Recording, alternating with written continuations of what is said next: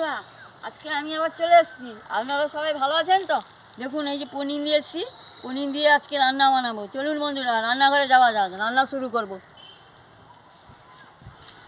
আমি রান্নাঘরে চলে এসেছি। দেখুন বন্ধুরা, এবারে হলুদ দিয়ে দিচ্ছি, নুনটা দিয়ে দিচ্ছি, দিয়ে ভালো করে মাখিয়ে নিচ্ছি।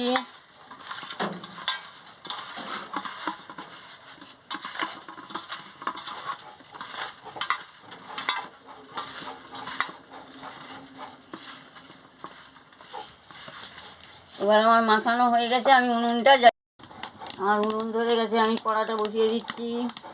হয়ে গেছে, আমি তেলটা দিয়ে দিচ্ছি, পনিরগুলো দিয়ে দিচ্ছি,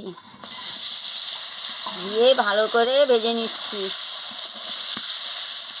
ঠিক আছে, আরেক ধারটা উল্টে নিচ্ছি।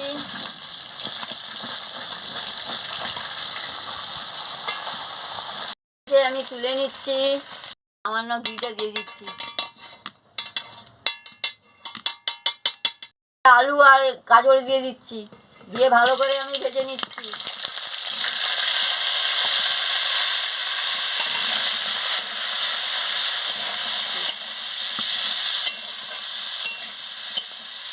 নুনটা দিয়ে দিচ্ছি, দিয়ে ভালো করে ভেজে নিচ্ছি।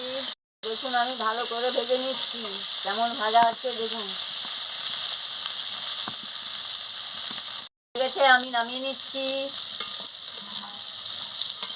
সামান্য ঘিটা দিয়ে দিচ্ছি, একটু নাড়িয়ে নিচ্ছি।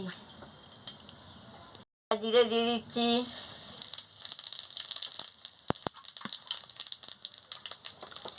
শুকনো লঙ্কা দিয়ে দিচ্ছি,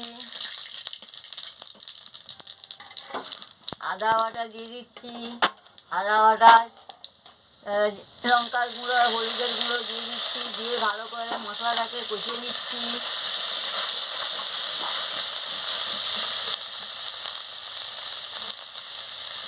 পরিমাণ মতন জল দিয়ে দিচ্ছি। তখন আমি মশলাটাকে ভালো করে কষিয়ে নিচ্ছি। পোস্ত বাটাটা দিয়ে দিচ্ছি, দিয়ে ভালো করে মশলার সঙ্গে কষিয়ে নিচ্ছি।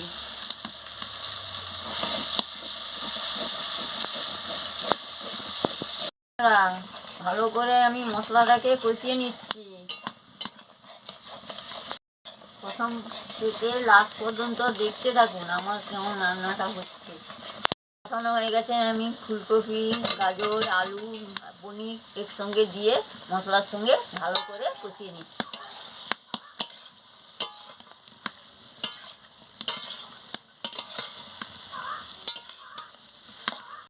বন্ধুরা, আমি কেমন কষাচ্ছি।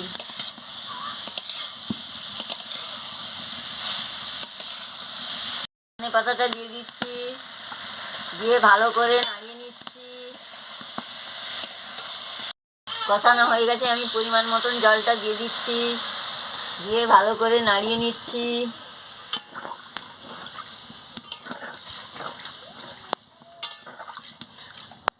এবার আমি পরিমাণ মতন মিষ্টিটাও দিয়ে দিচ্ছি, দিয়ে মিষ্টি দিয়ে ভালো করে নাড়িয়ে নিচ্ছি। আমার জল দিয়েছিলাম তো, আমি পরিমাণ মতন নুনটাও দিয়ে দিচ্ছি, দিয়ে ভালো করে নাড়িয়ে নিচ্ছি।